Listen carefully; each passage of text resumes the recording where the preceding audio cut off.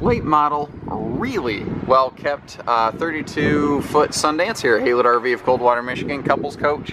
Say 32 foot, that's roughly the walkable space. Tip to tail, this is probably going to measure about 35, so depending on what measurement you're looking for, there you go. This is park kept, so it has not been towed down the road, so it has not been subject to those road stresses. It's a one owner RV, couple had it, enjoyed it quite a bit, and then just a little change in the household, and they just essentially no longer needed an RV anymore. So we're looking at something that is in really, really good shape at a used price tag that's really well equipped, because this is the Platinum Series Sundance, which is years past there was a Sundance and then a Greystone. We actually carried Greystone, so I'm very familiar with this coach. Greystone was phased out and merged into the Sundance series, and the Platinum is basically what it's called now. Big baggage compartment up here, as you saw, and I like that it's the magnetic door latch with just the easy slam latches, so it's an easy just one hand latch system. The skin is still gleaming, the nose cap is not sun fading, the decals are in good shape, so I gotta believe this thing was like kept under a cover or something. It definitely has not been sun baked, and again, being park kept, it just hasn't been stressed going down the road either. Looks like all the windows are going to open for ventilation. Sidewall windows are frameless and UV tinted. That's going to help protect your seals, and you won't have to worry about the framing around a window fading. Now your side slide windows are traditional slider window to give you better airflow on the sides there, like when you're sitting in the slide, or what do I want to say, sitting in your bed. So we already saw the big pass-through compartment, but maybe without the back glare, here's another good way to be able to see that. This is very big. Ladies, if your husband gets out of line, you can always throw him down here, and frankly, it won't be much of a punishment.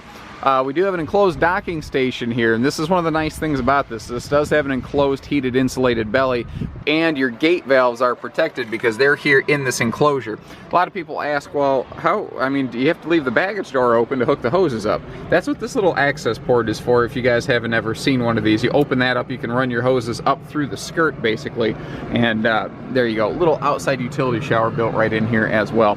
You know, good little positive maintenance signs here, preventative maintenance signs, like the little mud dauber screens to keep the bugs out of the your vents and stuff. All that stuff adds up. This has a bigger tire package, which is really sweet. And again, look at that skin. Look how reflective that is. That's awesome.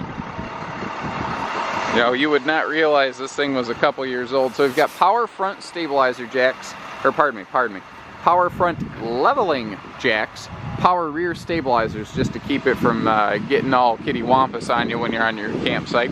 Fully walkable roof. I've run all over up there. It looks clean. It looks just as good as the rest of it. This is a very well kept thing. It's got a little dust on it from storage on the outside. A simple garden hose bath and this thing would shine just like brand new. That's all the more we're talking here. Correct track alignment system. Long story short, we've got the laser sight system here at our dealership because we do have a full parts and service department. So what you do is you get it loaded.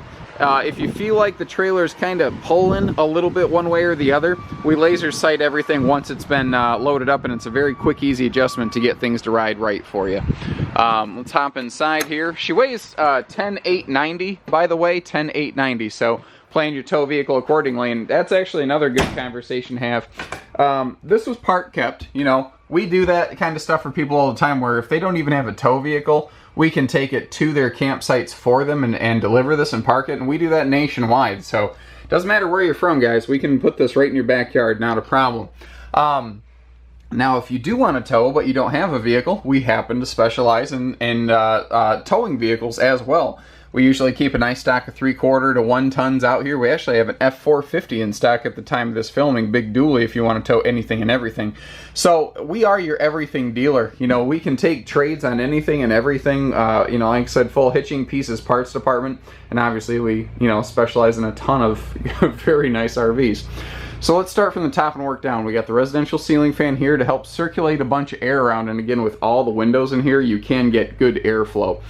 We do have a barreled interior roof, And you're obviously not in any danger of bashing your head against the ceiling in this one, but it does really open it up. It gives it that nice wide open feel. Now this extra skylight up here is going to give you lots of light, and that helps in conjunction with all the LEDs that you see in here. There's pretty good lighting. There's actually a lot of spotlight lighting around this little halo area here right above your head, basically.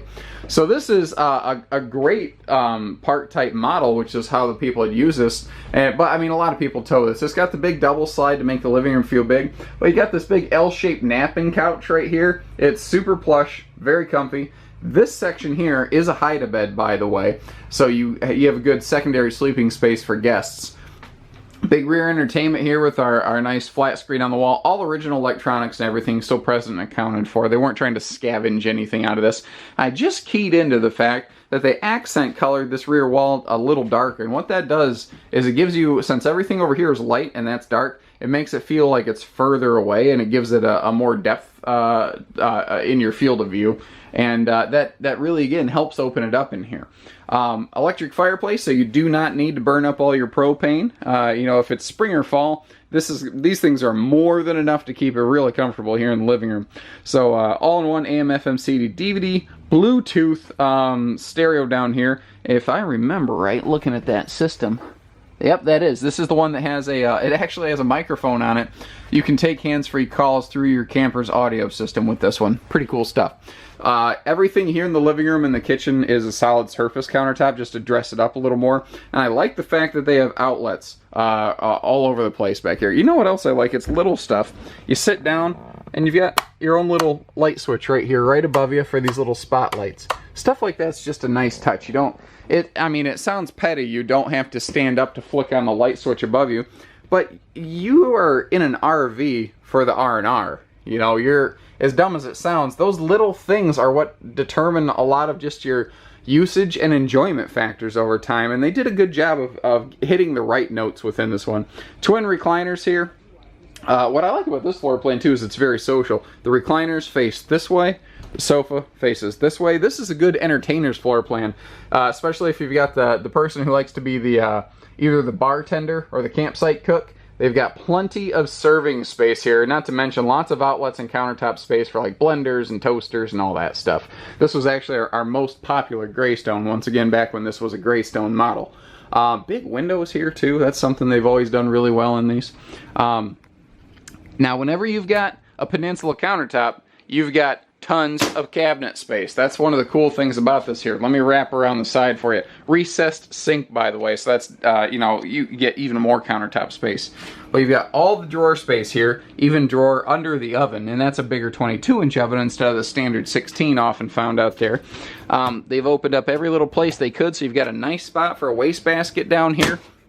Again, more cabinet space is never the wrong answer. And just little things like the fact that this microwave is mounted on a little bit of an angle so that it's facing you. It's a little more user-friendly. Because if this is just flat, it would look more open in here, but it would be really hard to get to that microwave because of all the countertop space. Now what's interesting is the Peninsula, the L shape of the countertop, is fixed. It does not move. But the rest of the kitchen is in the slide out. It actually slides over top of, like telescopes over top of that right there. It's pretty cool. More kitchen outlets up there, up in the cabinets. Look at that. They got outlets everywhere. Toasters, blenders, you name it, they got it. 8 cubic foot refrigerator freezer. Still not standard in fifth wheels, so I still point that out, though it is definitely becoming more of the rule than the exception. Something Heartland has always been pretty good about is your little awning light switches outside. You can awning and step lights, or pardon me, aisle and step lights you can get here. Awning lights are in your control center. Using the wrong A word, pardon me. A nice triple step instead of a double. Even though you do see a lot of laminate flooring here, they are using carpeting on these steps so that they're not slippery, they're not dangerous. It's just going to be easier for you to use. Big, wow, extra deep pantry space. I like that. Never get enough storage, like I said. Now they have to build this in basically from the factory, though on a non-laminated wall over here. It's still probably something you could add aftermarket, but they did build it in for you right here. That is a good looking floor print. I like that. This thing has a great bathroom. I was really impressed here.